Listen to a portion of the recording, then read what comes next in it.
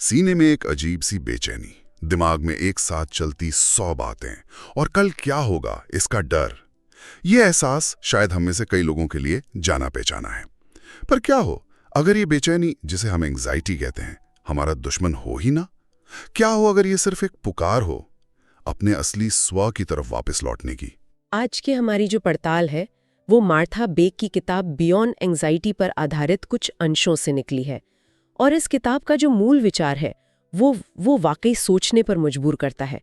ये कहती हैं कि एंग्जाइटी कोई दिमागी खराबी नहीं, बल्कि एक कंपास है, एक अंदरूनी गाइड जो हमें तब सिग्नल देता है जब हम अपनी जिंदगी के असली रास्ते से भटक जाते हैं। तो इस विचार को और गहराई से समझने के लिए आज हम आर्या नाम की एक महिला की कहानी के साथ चलेंगे। आर्या अपनी बेचैनी से जूझ रही है और इसी दौरान वो इस किताब की ऑडियो बुक सुनना शुरू करती है। हमारा मकसद साफ है, आर्या के इस सफर के जरिए ये समझना कि एंग्जाइटी को एक समस्या की तरह देखने के बजाय एक गाइड की तरह कैसे इस्तेमाल किया जा सकता है।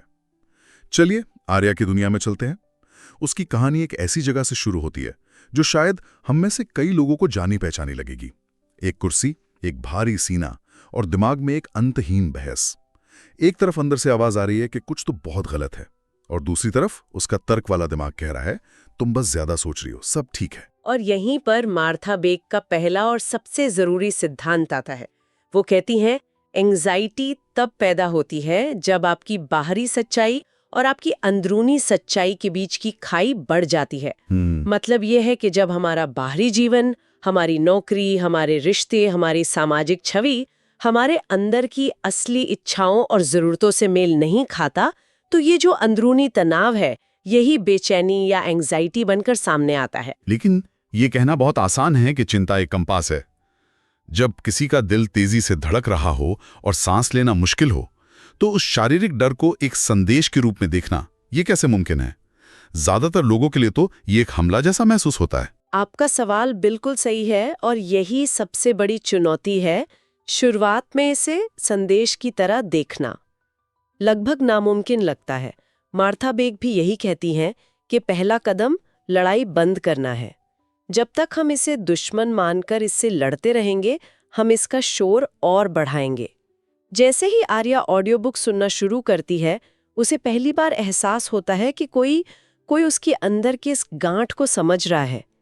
उसे अपनी जिंदगी के दो अलग अलग रूप दिखाई देते हैं। एक वो सफल व्यवस्थित महिला जो वो दुनिया को दिखाती थी, और दूसरी वो अंदर की उलझी हुई आर्या जो असल में मदद के लिए पुकार रही थी। तो ये एक तरह से अपनी ही जिंदगी को बाहर से देखने जैसा है ना। उसे पहली बार ये दूरी नजर आती है जिसके बारे में आप बात कर रही थी। बिल्कुल, और यही पहला बड़ा मानसिक बदलाव है, दुश्मन को एक संदेशवाहक की तरह देखना। मार्था बेक कहती हैं, एंग्जाइटी आपको रोकती नहीं, यह आपको सही दिशा में मोड़ती है। अगर आप इसे समझ लें तो यह आपका सबसे बड़ा शिक्षक बन सकती है। ये विचार एंग्जाइटी को एक अंतहीन समस्या से बदलकर एक समाधान की शुरुआत बना देता है। ठीक है, तो आर्या को ये समझ आ गया कि उसकी चिंता एक संदेश है, पर संदेश को समझना एक बात है और उसे सुनना वो दूसरी। उसने आगे क्या किया? वो अपनी सच्चाई का सामना कैसे करती है? यहीं से असली काम शुरू होता है। आर्या खिड़की के पास खड़ी बारिश देख रही है और खुद से वो सवाल पूछती है जो वो सालों से टाल रही थी। मैं किस सच्चाई से भाग रही हूँ? ये बेचैनी मुझे किस चीज से बचाने की कोशिश कर रही है? मार्था बेक का एक बहुत गहरा पॉइंट है कि चिंता कभी झूठ नहीं बोलती। यह हमेशा उस सच की तरफ इशारा करती है जिसे हमारा जागरूक मन मानने से इनकार कर रहा होता है। मतलब ये उन बातों को सामने लाती है जिन्हें हम जानबूझकर अनदेखा कर रहे होते हैं। हाँ, अच्छा, क्योंकि वो बातें हमें असहज करती हैं। बिल्कुल, जैसा कि श्रोत में कहा गया है, अगर तुम इसे सुन लो तो एंग्जाइटी एक गाइड बन जाती है, अगर इसे नजरअंदाज करो तो ये एक राक्षस बन जाती है। इस राक्षस से बचने के लिए आर्या अपनी डायरी निकालती है। उसके हाथ कांप रहे हैं क्योंकि अपनी अंदरूनी सच्चाई को कागज पर उतारना बेहद मुश्किल काम है। और वो लिखती क्या है? वो कौन से शब्द हैं जो उस अनकहे सच को बाहर लाते हैं? उसका पहला वाक्य ही बहुत कुछ कह जाता है। वो लिखती है, मुझे डर लगता है कि मैं वो जिंदगी नहीं जी रही जो मुझे जीनी चाहिए, और फिर मैं दिखावा करते करते थक चुकी हूँ। ये सिर्फ दो वाक्य नहीं हैं, ये सालों के दबे हुए बोझ को एक नाम देना है। भावनाओं को नाम देने में इतनी शक्ति क्यों होती है? क्योंकि जब तक भावनाएं अनाम रहती हैं, वो एक अनजाने विशाल डर की तरह महसूस होती हैं। जैसे हम उन्हें शब्द देते हैं, मैं थकी हुई हूँ, मुझे डर लग रहा है, मुझे घुटन हो रही है, वो डर एक पहचानी हुई चीज बन जाता है। और जिस चीज को हम पहचानते हैं, उससे निपटना आसान हो जाता है। मार्था बेग कहती हैं, एक बार जब शब्द मिल जाते हैं तो भावनाओं का डर कम हो जाता है। आर्या ने अपने राक्षस को एक नाम दे दिया था, और नाम देते ही वो थोड़ा कम डरावना हो गया। ये समझने के बाद आर्या के अंदर एक नया संघर्ष शुरू होता है। एक तरफ वो सच्चाई है जो उसने अभी अभी लिखी है, और दूसरी तरफ वो पुराना डर है जो उसे बदलने से रोक रहा है। बिल्कुल। अब उसके अंदर दो आवाजें बिल्कुल साफ हो जाती हैं।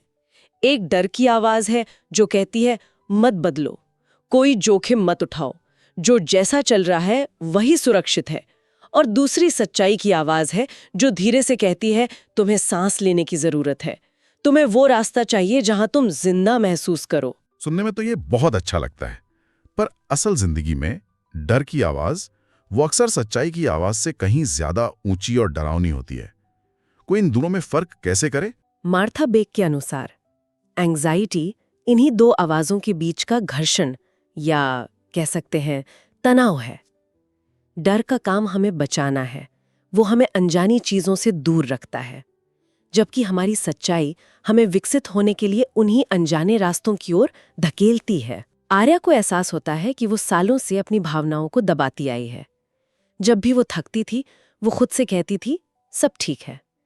जब भी उसे दुख होता, वो कहती, कोई बात नहीं। यही दबा हुआ सच अब एंग्जाइटी बनकर ज्वालामुखी की तरफ फट रहा था। तो क्या ये सेल्फ अबैंडनमेंट लगा आत्मत्याग का एक उदाहरण है, जिसके बारे में किताब में बात की गई है, जहां वो अपनी थकान और अपनी जरूरतों को कोई बात नहीं कहकर नजरअंदाज कर रही है? आपने बिल्कुल सही पकड़ा।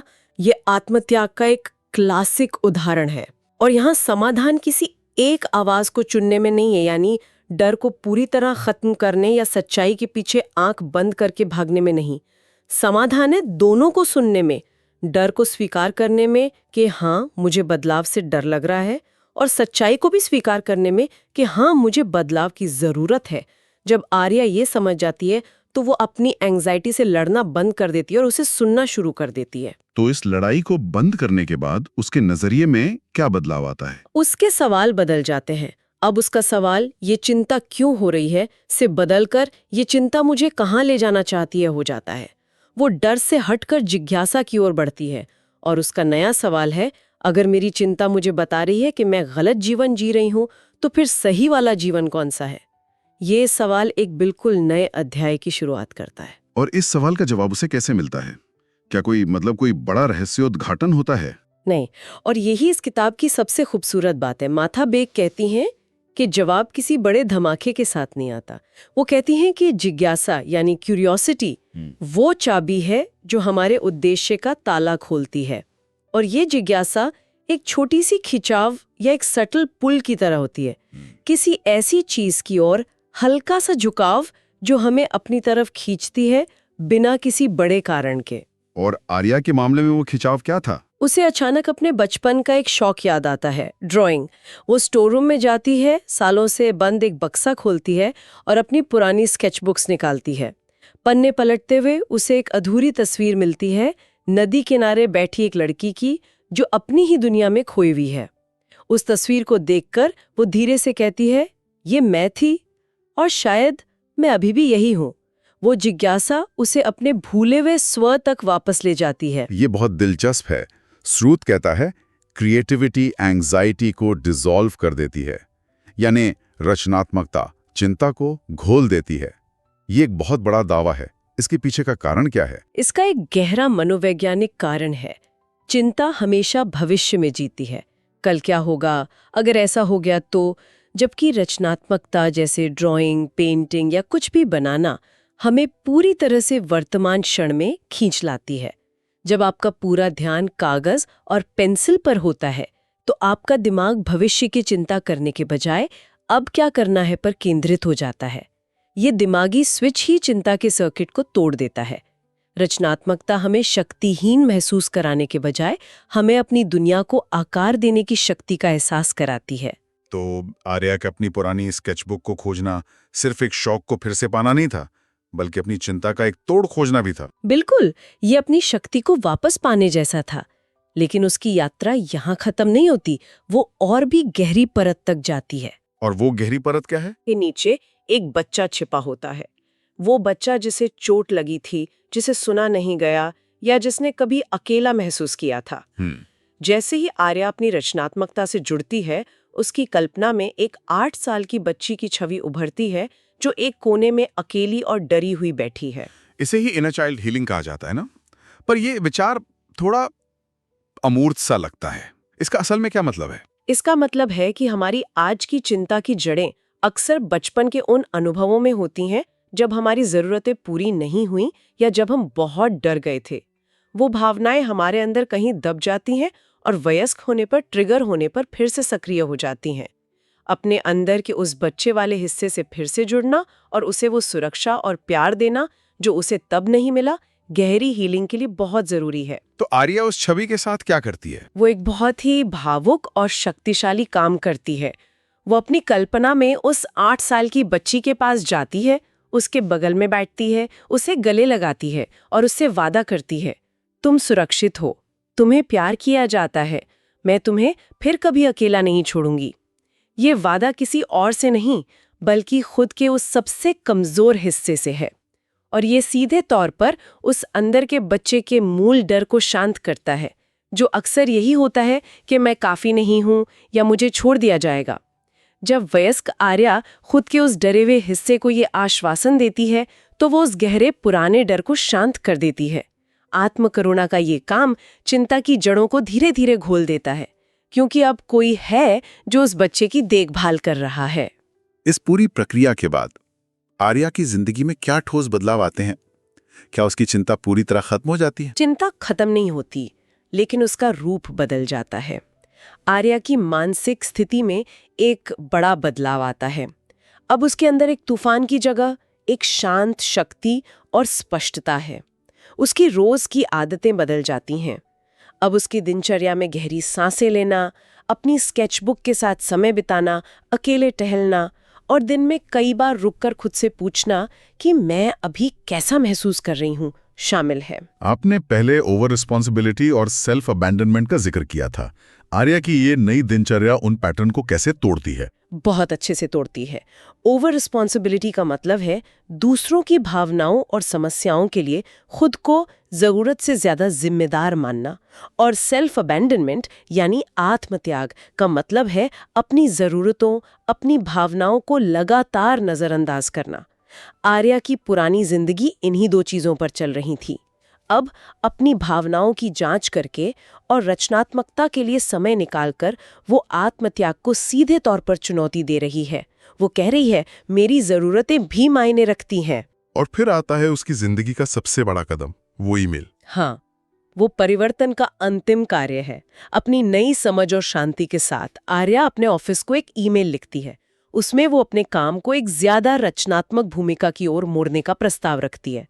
सेंड बटन पर क्लिक करने से पहले उसे डर लगता है, लेकिन क्लिक करने के बाद उसके अंदर किसी तूफान की जगह एक गहरी शांति का अनुभव होता है। ये फैसला डर से नहीं, बल्कि आजादी और अपनी सच्चाई के साथ खड़े होने से लिया गया था। तो लक्ष्य चिंता मुक्त होना नहीं है? बिल्कुल नहीं। मार्था बेग के दर्शन का यही अंतिम निष्कर्ष है। लक्ष्य चिंता मुक्त होना नहीं, बल्कि चिंता जागरूक और चिंता एकीकृत होना है। चिंता अब दुश्मन नहीं, बल्कि एक वफादार कंपस बन जाती है, जो हमें हमेशा याद दिलाती है कि हम सही रास्ते पर हैं या नहीं। जैसा कि मार्था बेग कहती हैं, एक दिन आप महसूस करेंगे कि एंजाइटी आपको छोड़कर नहीं गई, आप बड़ी हो गईं। इतनी बड़ी कि अब उसे आपको नियंत्रित करने के लिए चीखने की जरूरत नहीं रही। तो आर्या की यात्रा चिंता का शिकार होने से शुरू हुई और उसे एक मार्गदर्शक के रूप में समझने पर खत्म हुई। और विडंबना यह है कि जिस चीज से वो भाग रही थी, उसी ने उसे उसके सच्चे रचनात्मक स्व तक वापस पहुंचाया। और यही कहानी हम सभी से कहीं ना कहीं जुड़ती है। इसका मुख्य संदेश ये है कि चिंता हमारे टूटे होने का संकेत नहीं है, बल्कि ये खुद के पास घर लौटने का एक निमंत्रण है। ये हमें उन जगहों पर ध्यान देने के लिए कहती है जहां हमने अपनी आत्मा की आवाज को अनसुना कर दिया है। तो इस चर्चा के अंत में हम एक सवाल के साथ छोड़ना चाहेंगे जो इन्हीं स्रोतों से निकला है। अगर आज आपकी बेचैनी आपसे बात कर पाती, तो वो आपको किस सच्चाई की ओर लौटने के लिए कह रही होती? वो कौन सी भूली हुई आवाज है जिसे सुनने का समय अब आ गया है? दोस्तों, जब आप अपनी अंतिम सांसें गहरी लेते हैं, एक बात हमेशा याद रखिए, आपकी एंजाइटी आपकी दुश्मन नहीं, वो आपका नक्शा है, वो आपकी इनर वॉइस है, जो आपको आपके असली रास्ते की ओर ले जाने के लिए पुकारती है। इस पूरी यात्रा में आपने आर्य की कहानी सुनी, लेकिन सच कहें तो ये कहानी सिर्फ उसकी नहीं थी, ये आपकी भी थी, मेरी भी थी, हम सबकी है, जो अपने ही मन के शोर से लड़ते हुए शांति की तलाश में है। अगर आज का ये अनुभव, ये हीलिंग की यात्रा आपके दिल को छू गई, आपके अंदर क्लैरिटी, करेज या कनेक्शन जगाया, तो दोस्त, बस यही एनलाइटनिंग ऑडियो बुक का मकसद है। मैं हूं संदीप सरोहा और मेरा मिशन यही है कि आप जैसे खूबसूरत दिलों तक ऐसा कंटेंट पहुंचाओ जो सिर्फ सुना न जाए, बल्कि महसूस हो, आपके भीतर बदलाव लाए, आपको आपके ट्रूथ तक वापस ले जाए। अगर ये अनुभव अच्छा लगा हो तो हमारे चैनल एनलाइटनिंग ऑडियो बुक को जरूर सब्सक्राइब कीजिए। इससे आपको हर सप्ताह नई किताबें, नई कहानियां, नई इनर जर्नीज और नई सीखें मिलती रहेंगी। और याद रखिए, हीलिंग एक डेस्टिनेशन नहीं, एक डेली प्रैक्टिस है, और मैं इस पाथ में आपके साथ खड़ा हूं। अपना ख्याल रखें, अपनी इनर वॉइस सुने और अपने सोल की रोशनी को कभी भी कम न होने दे। आप अमेजिंग हैं, आप कैपेबल हैं और आप पूरी तरह पर्याप्त है। मिलते हैं अगले ऑडियो बुक में।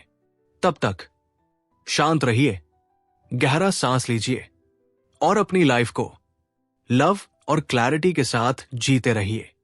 एनलाइटनिंग ऑडियो बुक, जहां हर कहानी आपकी ही कहानी बन जाती है।